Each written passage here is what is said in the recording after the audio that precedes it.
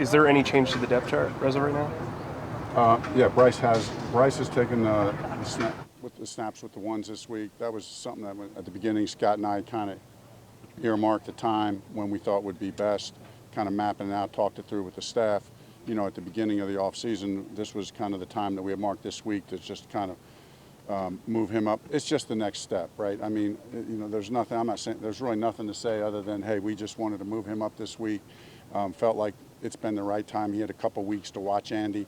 That was really good stuff. And Andy's continued to perform at a very high level. Bryce is doing well. Matt's doing well. It's we're just trying to get our team ready. Everything is about what's best for our team. And so this was just the next step. Was the timing of it important prior to minicamp at all, Frank?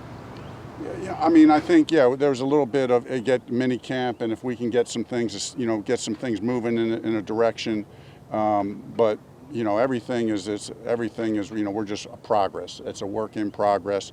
Getting ready for minicamp. Coming back to camp. That whole process like that seems like the right thing to do. Frank, how much of a depth chart is there this time of year?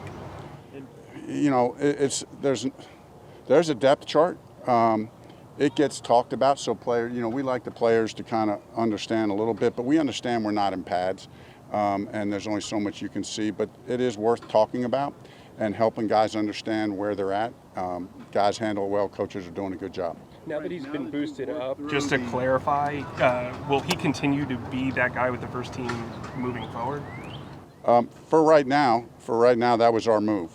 So again, there's really nothing more to say other than this was a time we had earmarked to make a move. We made the move. We'll just keep progressing, and we're always going to do what's best for the team. Frank, now that you've worked through the meaty part of install, as you start to focus on, can you talk about how you're now starting to focus on the more intricate parts of the passing game, and in particular how it involves the tight ends? Yeah, we're getting a chance to go back and do a couple things. Run some of our core stuff, multiple reps against multiple coverages and blitzes and so on and so forth. We're talking about a lot of situational football, getting looks at that stuff. Right, and the big thing is everybody is really progressing. Just to answer the question, everybody wants to know how things are looking. At all positions, but quarterback, the guys, I think the quarterbacks will handle the offense really well. Andy set the tone early, set a really high standard for everybody, and Matt's done a good job. Bryce has continued to step in there and do a good job and continue to make progress. But we still, as an offense, as a team, I love where we're at right now, but we still have a long way to go. We're where we need to be, but we still have a long way to go. Are you seeing everything you need to see right now in a Bryce? Yeah, but what we continue to need to see is he and everybody else continues to improve, and find ways to get better. And we're seeing that from Bryce, I'm seeing that from Andy, seeing that from all the guys. With the injury to JC, what are your concerns as far as the depth at that cornerback position? Not concerned. This has been, this offseason, obviously with CJ not taking some reps and Dante not taking reps. So our secondary guys have got a lot of work. This injury to JC, thankfully, it's not, a non-surgical injury, and so he should be ready for training camp. But I love the work that our secondary has done. Gives us a lot of confidence in our guys. Greg, how did he do it? How did he injure himself? In the workout, in the workout. Frank, Miles Sanders, how's he looked, and what are your kind of plans for him this season? Miles has looked good. He's a 3-down back. He can do a little bit of everything. He's explosive. He's fast. He's really got good vision and patience. Really smart. On third down, when he has to block, he's a willing blocker. Great teammate. Really, that signing was a really big signing for us. I knew we knew it, but now we really know it. All right. So, how it is for running backs. They can't really show what they have until they get the pads on. But Miles looks great. We saw DJ take team drills today. You've kind of accelerated him up throughout the last couple of weeks. What have you seen from him so far? Yeah, he made it. You guys see the play he made today. Deep ball down the sideline was a real nice catch. And those are the kind of plays we're looking for from DJ. And I give him a lot of credit. I give our training staff a lot of credit. But DJ, just getting him, keeping him on pace, staying patient. And DJ, he's been really anxious, to want to get out there. It's hard to sit in there and watch all the time. So we've kind of paced it, and he's looked good a couple days this week. You obviously gave up a lot. You gave up a lot giving DJ Moore to the Bears. Do you feel like what you've built around the room now, you totally replace that, or? Yeah, I mean, I obviously wasn't here with DJ, so I know he's a great player. But I love our room. Anybody who's been around me knows we like to spread the ball around. You know what I mean? We like to spread the ball around and feel like we can do that with this group we have. Adam's come in and done a great job. Laviska's looked good. Terrace, DJ, the whole crew of them. I mean, we've really done a good job. And tight ends, I think the tight end room has been, exceeded expectations in many ways. So excited about the skill group. Frank, you like rookie camp. You talked about making these guys uncomfortable, really pushing them and trying to throw a lot of information at them. From that point to this point, what have you seen from Bryce in terms of his processing and retention? Is it where you thought it would be, higher, low, where at? Yeah, I mean, obviously had very high expectations, as far as mentally, and those expectations have been met. But he's like everybody else. It's a new offense. It's especially some of the other stuff that we're doing that he's not done before. There's a lot that we're doing that he has done before. But I hope it's been challenging to him. I think it has been.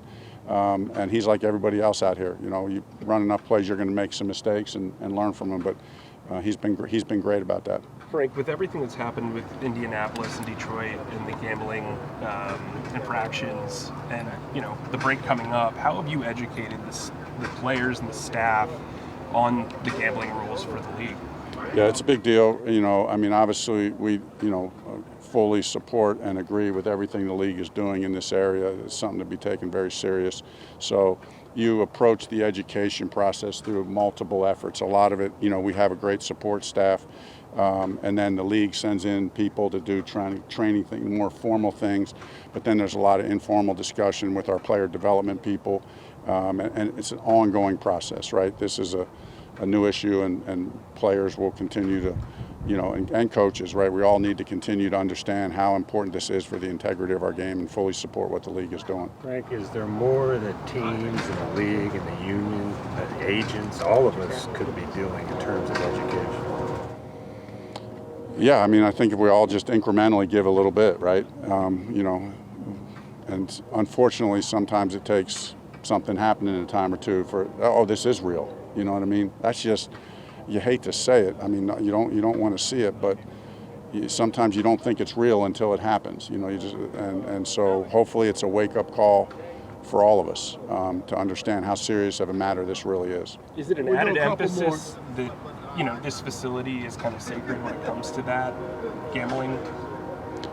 Yeah, well, the game is sacred, and this is, being in-house, there's just, talk about house rules, you know what I mean? And there's league-wide rules, and then there's house rules, and we want to do things a certain way, and thankfully we got players who I think are just top-notch, high-character guys.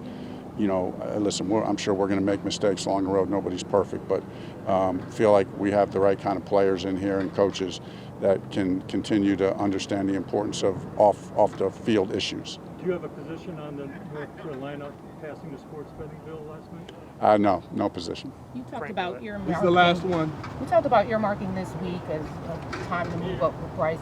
Did you guys discuss that with him in advance? And then when did you guys come up with this calendar of his progress? That's a good question. No, did not discuss it with him until the end of last week, right? So, because, just wanted to kind of keep open. We could have shifted it. We could have moved it up, moved it back. I really didn't want to move it up because I thought things were going the way we wanted. And so at the end of last week, I pulled Bryce aside and Andy aside, just to say, hey, we talked about this from the beginning. You guys are doing it exactly like, we wanted, so great job. We're going to make this switch and move forward. At what point do you feel like you'll be comfortable saying he is our starter week one? Not yet. He's showing everything you want to see, but we don't have to. Again, this goes back to even in the draft decision. You don't make a decision until you have to make it, right? So we'll just keep giving him and our team the opportunity to get better and to earn that starting role. So far, he and a lot of our guys are taking the steps needed to earn that spot, but we don't have to make that decision yet, so we'll just kind of keep keep chugging along here. All right, thank you, Coach. Thanks, guys. Thanks, Rick.